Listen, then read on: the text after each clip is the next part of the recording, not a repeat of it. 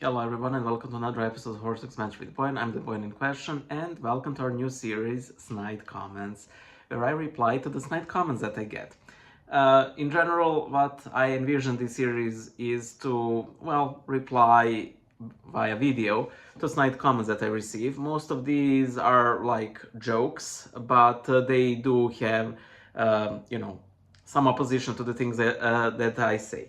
So I wanted to start off with a really strong one, and this one actually made me chuckle because recently I made a video on why the high priest did not recognize Christ as the Messiah, and I commented that this is one of the most original questions that I have ever received, and this is one of the more original snide comments that I got on my, 20 most common Orthodox stereotypes.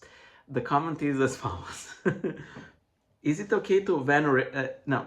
If it's okay to venerate things because veneration is not worship, then it is perfectly okay for Christians to venerate Baal. We could have icons of Baal and we could. Sorry, that's Viber.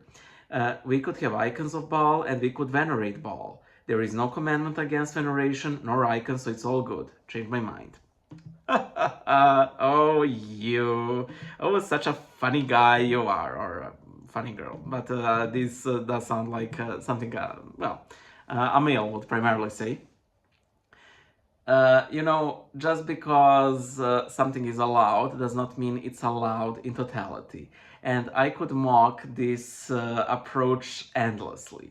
Just because sex is good and holy does not make all sex good and holy. I do not need to list further examples.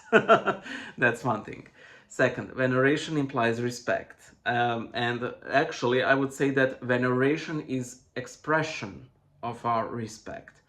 However, because Baal is a pagan deity and in all probability has a demon masquerading as this pagan deity, we have and must have absolute zero and far less than zero respect for this pagan deity and its more than probable associated demon.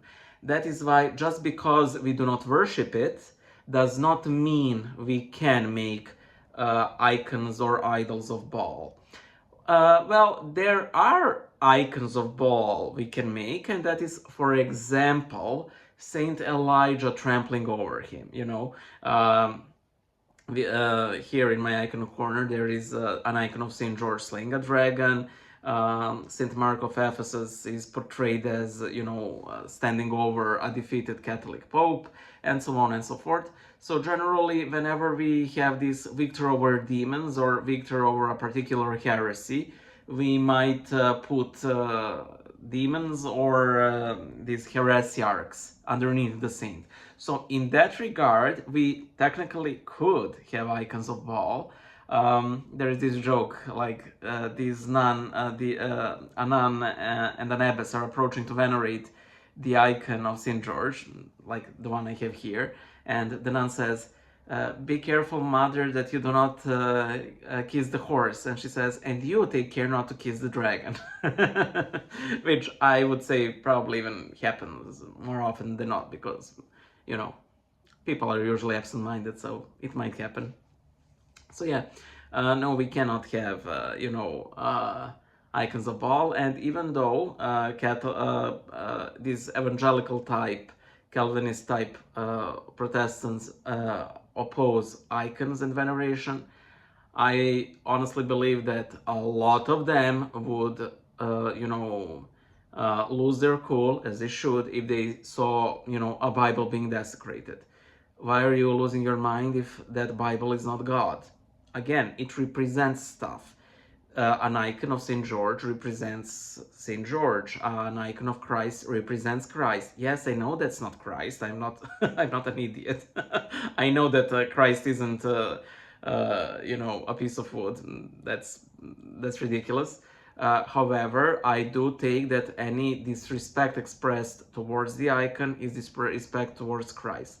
In the exact same way that somebody, ripping pages, burning the Bible, shows their disrespect for God. It's practically the same. I mean, I see no difference. So yeah, that is why we can't have icons of Baal on their own because we do not respect him and we spit on him. I hope you were edified by this completely ridiculous video, and I hope to see you in one of the next episodes. Bye.